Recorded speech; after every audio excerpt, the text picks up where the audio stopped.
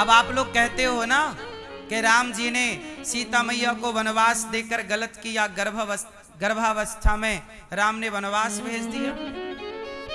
अपनी पत्नी को वनवास भेजना सही है कि गलत है? बताओ। राम ने सीता मैया को वनवास भेजा, सही किया कि गलत किया? क्यों मैया? अपनी पत्नी को गर्भावस्था में वनवास भेज दिया भगवान राम ने, महर्षि वाल्मीकि जी के आश्रम में, जहां पर लवकुश ने जन्म लिया। गर्भवती पत्नी को वनवास भेजना ये राम का निर्णय सही था या गलत था? क्यों मैया? ओ मेरी मां, बताओ। मैया बता नहीं रही हो मेरी मां। आज एकादशी है तो आप व्रत हो ना, कुछ खाया नहीं होगा, इसलिए आवाज निकल नहीं रही है ना? मैया, राम ने पत्नी को वनवास भेजकर सही किया कि गलत किया? जोर से हैं? ना तो आप सही कह रहे हो, ना तो आप गलत कह रहे हो। चलो हम बताते हैं, ध्यान से सुनना। अब देखो, दो राजाओं की मैं बात करूंगा। एक राजा है राम और एक राजा है धृतराष्ट्र। हम दोनों राजाओं की बात करेंगे और आपको बताएंगे कि राजा कैसा होना चाहिए। राम ने ऐसी सेवा की प्रजा की कि आज तक लोग कहते हैं कि राम राज्य चाहिए। कैसा राज्य हो? कैसा राज्य हो? राम, कोई धृतराष्ट्र राज्य की कामना तो नहीं करता कि राज्य कैसा हो? धृतराष्ट्र राज्य कोई नहीं चाहता, राम राज्य सब चाहते हैं। यदि राम गलत होते तो लोग राम राज्य की कामना क्यों करते? इसका मतलब राम सही है। तो सवाल खड़ा हुआ कि पत्नी को वनवास भेजना भी तो गलत था ना, और वो भी गर्भवती नारी को। इसकी पूरी कथा कहां से स्टार्ट होती है मैं थोड़ा सुनाऊं, फिर आपको मैं द्रौपदी और धृतराष्ट्र की बात भी बताऊंगा। एक धृतराष्ट्र जैसा राजा है और एक राम जैसा राजा है। अब दोनों राजाओं को हम जरा तराजू में रखें और तराजू में रख के तौल कर देखें कि किस राजा का पलड़ा भारी है। तो बताओ, किस राजा का पलड़ा भारी आप लोगों के हिसाब से? बोलो। राम। क्यों?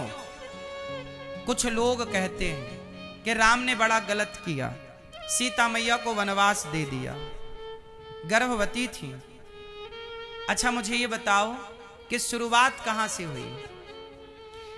क्या राम ने सचमुच सीता मैया को वनवास दिया? यदि राम ने वनवास दिया तो जिस दिन रावण के घर से आई सीता मैया उसी दिन वनवास दे दिया होता। फिर इतने दिन राम जी ने साथ में क्यों रखा? इसका मतलब है कि सीता मां को वनवास राम ने नहीं दिया। चलो बताओ, सीता मैया को वनवास भेजने की बात किसने कही थी? सीता मैया पर लांछन किसने लगाया था? राम ने या प्रजा ने? सीता मैया को गलत राम ने बोला कि प्रजा ने? बोलो। राम ने गलत बोला होता तो राम स्वीकार ही क्यों करते? रावण के यहां से लाकर सीधा जंगल में छोड़ देते। इसका मतलब राम दोषी नहीं है। सीता मैया के साथ क्या हुआ जानते हो? अयोध्या में एक आदमी रहता था, उसकी पत्नी गई काम करने। जब काम करके लौटी तो वो शाम के टाइम बारिश होने लग गई। ये सरयू जी में पानी बढ़ गया। तो रात को धोबी भाई साहब की पत्नी केवट के यहां रुक गई। सवेरे जब पत्नी पहुंची घर तो धोबी भैया ने पूछा कि कहाँ थी? तो पत्नी ने कह दिया कि मैं रात को कैसे आती, पानी बरसने लग गया, नाव चल नहीं सकती थी, तो मैं केवट भैया की पत्नी के साथ रात्रि को सो गई उनके घर पर। तो धोबी भैया ने कहा कि अब हम आपको स्वीकार नहीं करेंगे, क्योंकि हम कोई राम थोड़ी हैं जो रावण के घर सीता रहे और राम ने स्वीकार कर लिया। लो भैया, एक धोबी भाई साहब ने कह दिया कि मैं स्वीकार नहीं करता अपनी पत्नी को।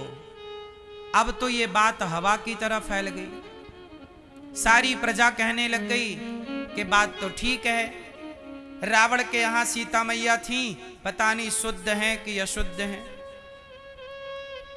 लोगों ने बताया कि भाई उन्होंने तो अग्नि परीक्षा दे रखी है लंका में, जब वो वापस आई थी तो उन्होंने अग्नि परीक्षा दी थी। तो लोगों ने कहा कि हमने थोड़ी देखी थी, हमने तो देखी नहीं, हम कैसे माने। अब अयोध्या की प्रजा मानने को तैयार नहीं है। सीता मैया के चरित्र पर लांछन लगाना चाहती है प्रजा। तब ये बात जब राम को पता चली कि प्रजा कह रही है कि सीता मैया गलत है, रावण के यहां से आई हैं, तो राम जी ने सीता मैया से कहा कि सीता, तुमने इतनी परीक्षाएं दी हैं, एक परीक्षा और दे दो। प्रजा कह रही है कि सीता मैया परीक्षा दे देंगी तो हम मान लेंगे कि सीता मैया पवित्र हैं। तो राम जी ने कहा, सीता आप परीक्षा दे दो, हमें तो विश्वास है। अच्छा, राम को तो सीता पर डाउट नहीं था ना, संदेह नहीं था। संदेह किसे हो गया? जोर से, प्रजा को। तो राम जी ने कहा, सीता प्रजा को संदेह हो गया है, आप एक काम करो, अग्नि परीक्षा दे दो।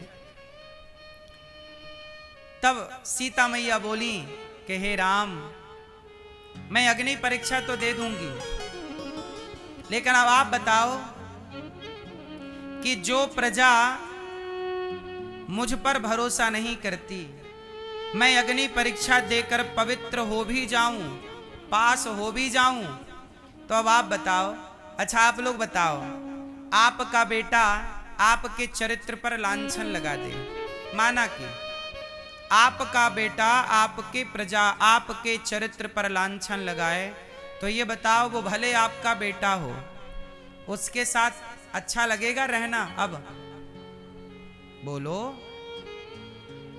आदमी उसके साथ ही तो रहता है जिसके साथ भरोसा हो। आपको भरोसा नहीं है मुझ पर, तो मैं आपके साथ कैसे रह सकता हूं? सीता मैया कौन है? महारानी। और प्रजा, राजा पिता होता है, रानी माता होती है, और प्रजा पुत्र होती है, पुत्र पुत्री। क्यों जी, बात सही है? सीता माता जगत जननी है, जगत की माता है, और सीता मैया की प्रजा कौन है? पुत्र के समान। सीता मैया की प्रजा कौन है? अब पुत्र को संदेह हो गया कि हमारी माता गलत है, तो सीता मैया को लगा मैं परीक्षा देकर पवित्र तो हो जाऊंगी, लेकिन मैं ऐसी प्रजा के साथ अब रह ना पाऊंगी, क्योंकि आपको हम पर भरोसा ही नहीं है। तब सीता मैया ने राम से कहा कि हे राम, मैं अग्नि परीक्षा अभी नहीं देती, अभी मेरे पुत्र बच्चे पेट में हैं, आप पिता बनने वाले हैं।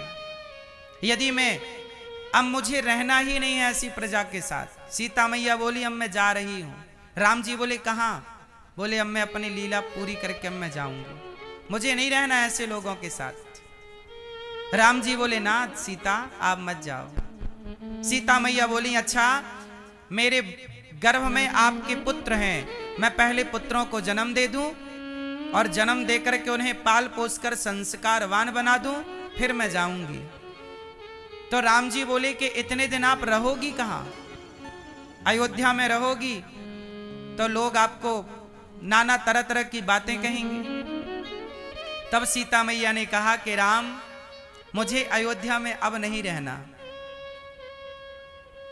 मैं गर्भवती हूं, मैं चाहती हूं कि मेरे बच्चों का जन्म राजमहलों में ना हो, मेरे बच्चों का जन्म किसी साधु की कुटिया में हो, ताकि बच्चों के भीतर संस्कार साधु संतों के तरह हो, हमारे बच्चों के अंदर संस्कार दिव्य हो। इसलिए सीता मैया का स्वयं मन है कि मैं अपने पुत्रों को अयोध्या में जन्म ना देकर साधुओं की कुटिया में जन्म दूं, ताकि मेरे बच्चों को पढ़ाएं लिखाएं संत, ताकि मेरे बच्चे योग्य बने, इस अयोध्या को संभालने के योग्य हों।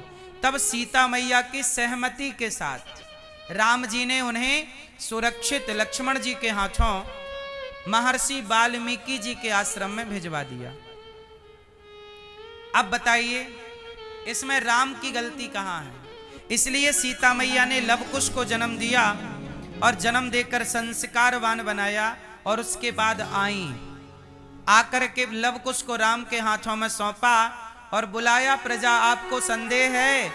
हे पृथ्वी माता, यदि मैं पवित्र हूं, यदि मैंने राम के सिवा किसी पराये पुरुष का स्वप्न में भी चिंतन न किया हो, तो हे पृथ्वी माता आज मुझे अपनी गोद में धारण कर लीजिए।